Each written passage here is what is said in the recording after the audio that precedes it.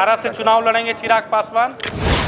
जब हम सरकार का मजबूत हिस्सा होंगे तब आपको मजबूत परिणाम भी नजर आएगा। बस बिहार के अगले सीएम चिराग पासवान होंगे। और इस विषय को यदि उजागर नहीं किया गया और भ्रष्ट पदाधिकारियों पर जब तक कार्रवाई सुनिश्चित नहीं हो।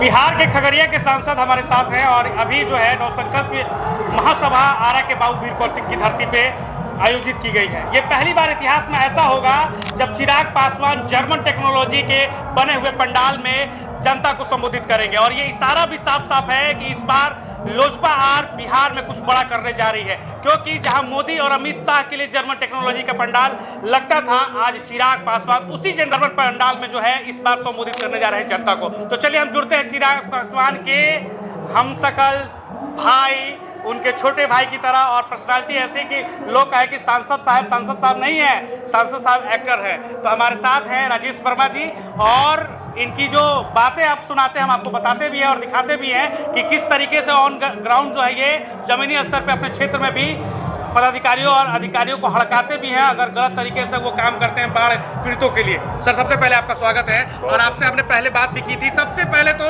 हसनपुर की जनता आपकी वीडियो को देखी है कल और बड़ा बधाई उन्होंने दिया है, और एक सवाल जरूर उन्होंने कहा है पूछने के लिए और कहने के लिए भी और बताने के लिए भी और धन्यवाद भी ज्ञापन करने के लिए, जो कि आपने अमृत भारत एक्सप्रेस जो कि हसनपुर में पहले स्टॉपेज नहीं था, जो कि सहरसा से मुंबई की लिए जाती थी, उसे आपने हसनपुर में रेल मंत्री से बात करके रुकवाया। क्या सिनेरियो था और किस तरीके से हसनपुर के राजकुमार राय पूर्व विधायक, उन्होंने भी आपसे भी बात की थी, इस मामले में क्या कुछ हुआ था, थोड़ा बताइए ये सारी चीजें। ये शुरुआत मात्र है जी। अभी दर्जनों ट्रेनों का ठहराव हमारी लोकसभा में होना है, तो मुझे लगता है कि ये अगर मैं कर पा रहा हूँ तो ये कोई एहसान नहीं है, ये कर्ज है जो एक गैर राजनीतिक परिवार के बच्चे को हमारे लोकसभा के लोगों ने विश्वास दिखाकर इस उम्र में देश के सर्वोच्च सदन पे भेजने का काम किया।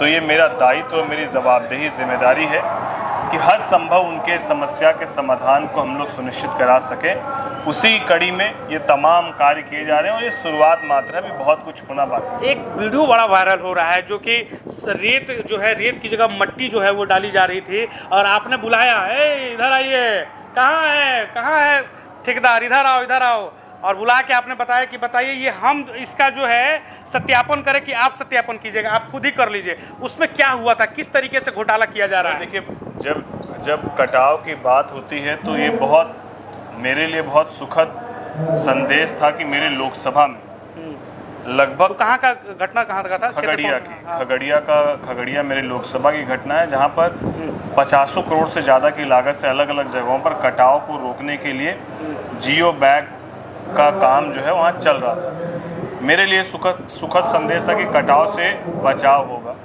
लेकिन प्रत्येक वर्ष ये होता है और बावजूद उसके क्यों किसान को झेलना पड़ता है, गाँव कट जाते हैं, लोगों के घर बह जाते हैं। जब लोगों की शिकायत पर इसका निरीक्षण किया गया तो पता चला कि जिस जियो बैग में बालू भर के कटाव को रोकना था, वहाँ पर उसी जगह से मट्टी ही काट के भर के और वहीं पर लगा देने का मतलब स्पष्ट होता है। और आप तुरंत खुद ही पहुँच गए कि हाँ, स्वाभाविक सी बात है, मेरा लोकसभा आप तो अपनी टीम को भी भेज सकते थे या नहीं, ये बड़ा विषय था और इस विषय को यदि उजागर नहीं किया गया और भ्रष्ट पदाधिकारियों पर जब तक कार्रवाई सुनिश्चित नहीं हो, क्योंकि ये विषय एक साल का नहीं है, ये प्रत्येक वर्ष करोड़ों का बिल बनाकर और उस पैसे को इसी तरीके से नदी में कटाव के बहाने बहा देना, जिसका कोई ऑडिट नहीं होना, और इसमें एक लोग तो जिम्मेदार नहीं है, पदाधिकारी अधिकारी पूरा जिला से लेकर मुख्यालय तक सबकी मिली भगत से यह स्पष्ट है कि होता है, और उसको यदि अंजाम तक नहीं पहुंचाएंगे तो इसी तरीके से गरीबों के घर बहते रहेंगे और गरीबों की जमीन जो है वो कट कट कर नदी में विलीन होते रहेंगे। जनता अगर कुछ शिकायत करना चाहती है इस तरीके से भ्रष्टाचार का, तो ब्लॉक में भी होता है, कई अन्य कार्यालय में होता है, तो कैसे कांटेक्ट करें आपसे? मैंने अपने स्तर से कार्यालय का नंबर हम लोगों ने जारी किया, हम लोगों ने अपने टोल फ्री नंबर को जारी किया, अपने क्षेत्र में अपना कार्यालय बनाया, तो हम लोग आने वाले समय में और इसको वृहद रूप देंगे। ये जब आगामी आने वाली सरकार होगी जिसमें लोक जनशक्ति पार्टी की भी अहम भूमिका हो, बिहार विधानसभा चुनाव के बाद जब हम सरकार का मजबूत हिस्सा होंगे तब आपको मजबूत परिणाम भी नज़र आएगा। बस केवल क्षण भर का इंतज़ार और है, कुछ महीनों का इंतज़ार है, फिर सारी चीज़ें आपको दिखाता हूँ। एक आखिरी सवाल है, क्योंकि अब तो चिराग पासवान भी आएंगे और आप स्टेज पे हैं, आप स्टेज से आके अमित भैया और उसके बाद हमें जो है इंटरव्यू दिया आपने, बहुत बहुत इसके लिए तो धन्यवाद, कोटि कोटि। एक आखिरी सवाल होगा, क्योंकि अमित भैया के साथ हमने काम किया, उनके संरक्षण में हमने सीखा है बहुत कुछ, जब AB न्यूज़ में वो थे 18-19 में, तो बहुत कुछ हमें सिखाया है। तो एक सवाल होगा सर आपसे कि इस बार जो है चिराग पासवान क्या कुछ अलग करने जा रहे हैं, बिहार के अगले सीएम चिराग पासवान होंगे? और नीचे से कई सारी जनता से हमने पूछा तो कह रहे कि एक्सपायरी डेट हो गए सीएम साहब जो हैं वो तो दल बदलते रहते हैं, पलटू चाचा हैं, मतलब नीचे में कार्यकर्ता, मतलब जो लोग हैं, आम जनमानस जो है, जो प्यार करती है चिराग पासवान को, वो बोल रहे हैं, आप क्या बोलिएगा इस पर? मुझे लगता है कि माननीय मुख्यमंत्री जी एक जिम्मेदार पद पर हैं जी, और एक लंबे समय तक बिहार की सेवा की है, उनका पूरा सम्मान है जी। भाषा की मर्यादा कभी भी खोना ये राजनीति में उचित नहीं है। मुझे लगता है कि एक लंबे समय तक उन्होंने सेवा की है बिहार की, उनका सम्मान है। हाँ, उन्होंने जो नींव डाली है उस नींव में अब बड़ी इमारत को खड़ा करने की जवाबदेही युवा कंधों पर होनी चाहिए और उसी का नेतृत्व। आरा से चुनाव लड़ेंगे चिराग पासवान?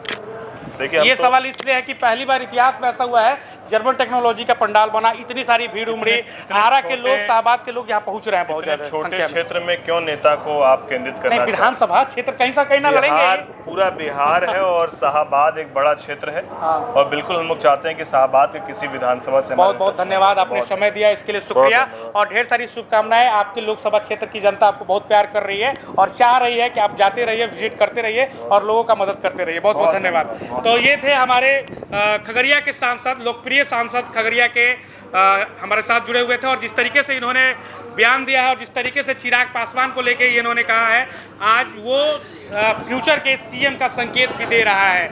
और हमने इनके क्षेत्र के बारे में भी सवाल पूछा है। जय हिंद, जय भारत। आप देख रहे थे आशा एक भारत, आपका प्यार समर्थन लगातार मिल रहा है, इसके लिए आप सभी का शुक्रिया।